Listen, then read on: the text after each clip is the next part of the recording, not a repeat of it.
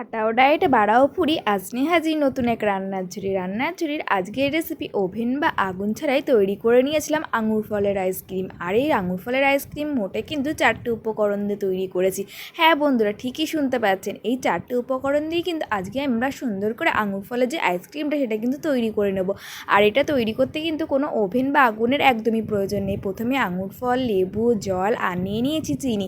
তো চলুন কীভাবে তৈরি করছি ঝটপট দেখেই কিন্তু আপনারা এই গরমেই কিন্তু নিস্তার পেতে সুন্দর সুন্দর ঠান্ডা ঠান্ডা আইসক্রিম কিন্তু তৈরি করে অবশ্যই খেতে পারেন।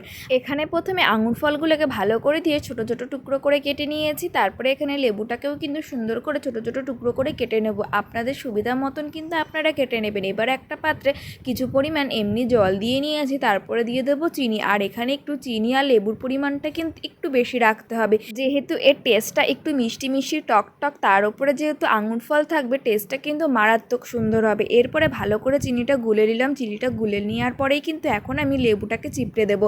আর লেবুটা কিন্তু ভালো করে চিপড়ে ভালো করে কিন্তু চিনিটা যতক্ষণ না গুলবে ততক্ষণ কিন্তু ভালো করে গুলিয়ে নিতে হবে।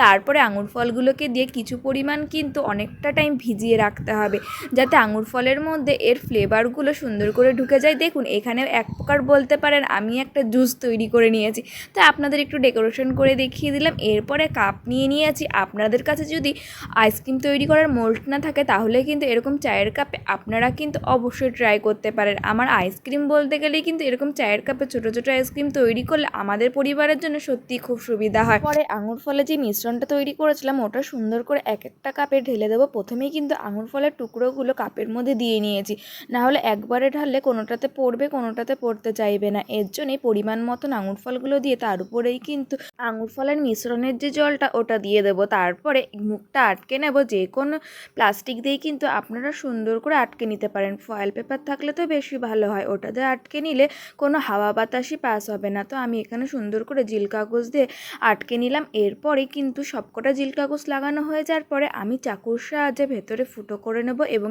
এই স্টিকগুলো সুন্দর করে বসিয়ে দেবো। দেখুন কি সুন্দর করে চাকুর সাহায্যে মাঝখানটা ফুটো করে নিয়ে এই স্টিকগুলো বসিয়ে দিচ্ছি। আর আপনাদের কাছে যদি এরকম আইসক্রিম স্টিক না থাকে তাহলে কিন্তু আপনারা টুথপিক দিয়েও সুন্দর করে আইসক্রিম তৈরি করে নিতে পারেন। এবার এইগুলো ফ্রিজিং করতে দেবো। আমি কিন্তু প্রায় একদিনের জন্য রেখে দিয়েছিলাম। আপনাদের কিন্তু 8 থেকে 9 ঘন্টা রেখে দিলেও আইসক্রিমটা মোটামুটি তৈরি হয়ে যাবে। এখন আমি সবকটা জিল কাগজ সুন্দর করে উপরের দিক থেকে খুলে নেব। দেখুন আমার আইসক্রিমগুলো কিন্তু সুন্দর করে সেট হয়ে গেছে।